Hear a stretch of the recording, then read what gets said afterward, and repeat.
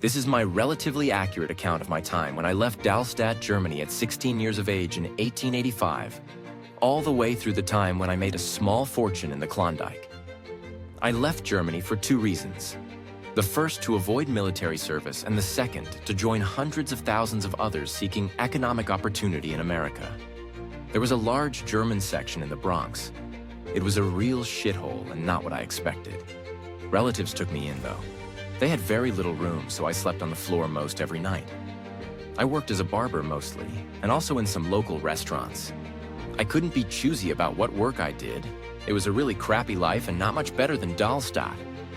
But I was able to save some money, so again, seeking opportunity, in 1891 I moved out west, to Seattle. In 1896, the steamship Portland pulled into Seattle Harbor. It offloaded boxes and boxes and boxes and boxes of gold, worth $14 million in 1896 money. All that gold coming from the Klondike. Nobody knows more about the Klondike than me. I studied maps and books all about the West. I had the very best books on the Klondike. There were thousands of men and quite a few women trying to land a spot on one of the boats to Skagway, the first leg of this journey. Scenes like this were common each of the days a boat sailed there. The scenery along that 4-day cruise is the most tremendous scenery. The most tremendous scenery in America. Probably the world. We pulled into the Skagway port, if you could call it a port. It was also jammed with people. And also with sacks and bags and boxes of stuff. When I got there, I was told that everyone seeking the gold fields had to carry a full year's worth of food, mining supplies, clothes, and underwear with them. All that weighs about 1 ton. Spent the night in a flop house, and the next day I bought all my provisions. Northwest Mounted Police were there to enforce this absurd law, and they were more corrupt than any police force. I and hundreds of others set off that afternoon to get rich. It was 600 miles to Dawson. It would take months to complete the trip. The first part was the worst.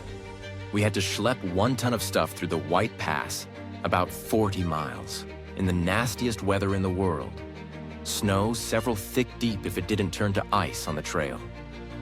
The pass was renamed Dead Horse Trail from all of the horses who died from exhaustion or abuse. The worst of it was the Chilkoot Trail. It was steep. A 45-degree incline in places, but 30 in most. The top of Chilkoot to the first lake, Bennett Lake. Along the pass, we saw guys using horses to carry their shit. Some had 3 or 4 horses all laden, unbelievably so, with their provisions. Many of the horses died. Many guys had horse meat for dinner. And then there were the crazies you met along the way. Along the way, I met up with Ernest Lewin, another guy, a great guy, who also wanted to strike it rich. I met Frederick on the pass, a bit opinionated. And too flamboyant. But he has some good ideas, I think. He bitched and complained the whole way here. I don't think he's going to make it all the way to Dawson. Small camps sprouted into encampments. Misery loves company. Some smart guys started small businesses out of their tents, selling all sorts of stuff.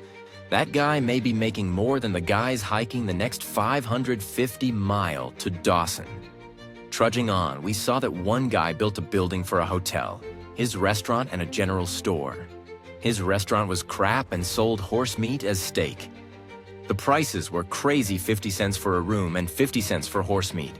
He is making more gold than the miners coming down the hill from his hotel/restaurant/store. I love this guy making that dough and not walking any further. Ernie also loved the idea. We hiked down to a small settlement on Lake Bennett. Bennett City with all our stuff. Set up a large tent near the docks in the best location in all of Bennett City. Maybe the entire lake. Sold most of our crap. Bought some lumber.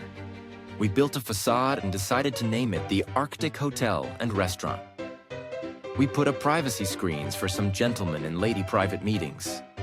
We sold all kinds of meat. Not horse. Our oysters were the best. The very best. Ernie and I disagreed.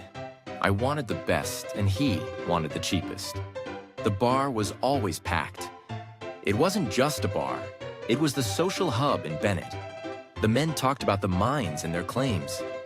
The ladies were always hanging out and going in and out of the private rooms.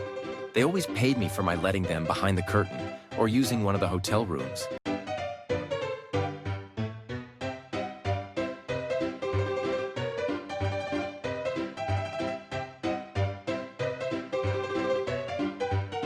I am so happy to see you. Not all women were hookers. Some would dance with the Stampeders in dance halls. And actresses came, with names like Klondike Kate, Molly Walsh, and Annie Hall. They often made more money than the miners, providing entertainment and, services. Some women chose to be prospectors. It didn't matter if they were married. I'm automatically attracted to beautiful women. I just start kissing them. It's like a magnet, just kiss. I don't even wait. And when you own a saloon, you can do anything. You can grab them by the pussy. Except for Calamity Jane. She was one tough bitch. Cheating at card games was common. When caught, there would be fights, public humiliation, and banning. Of course, there was the bullet dance. When you're all tuckered out from the women, and you're looking for something else to do when you're shit-faced, there's the fun bullet dance. It was 500 miles by the Yukon River to Dawson. Just behind the Arctic, the Klondikers worked to build boats to carry them down the river. The forests surrounding Lake Bennett were stripped bare in the frenzy. Boats could be well crafted by tradesmen and designed to rickety scows made by those with no experience that capsized and sank soon after being launched. The Northwest Mounted Police assigned a number to each boat, recording the names of the passengers to facilitate notification of next of kin, because authorities had no way to identify bodies retrieved after their boats had capsized. In the first days of the rush down the Yukon River, over 100 boats were torn to pieces in the Whitehorse Rapids, dragging at least 10 to their deaths. Those who had survived with their lives lost most of their supplies and were trapped between the horrors of the coast mountain passes. And the rail segment from Bennett to Whitehorse was nearing completion. I knew that the days of people hiking to Bennett when they could just take the train was done over. Whitehorse was booming, and it was wild. It became one of the largest cities in Canada because of the Stampeders, as we were called. 100,000 people tried to get rich. Only a few of them came back with any sort of wealth. Most of the 30,000 who made it to the goldfields so had to work for the miners who had the claims. But they panned, and they dug, and they wielded pickaxes and shovels. The ones who made much of anything squandered it in our saloon, on booze and women. We, needless to say, made more money than any of them. One night our banker told me that some of our gold was missing. Our deposits didn't match up. I could only accuse Ernie. He was the worst partner, the very worst. I wanted out, so I sold my stake to Ernie, and I wanted to get back to Germany. Then I took the new railway all the way back to Skagway. Just a small bag along with my $500,000 in cash.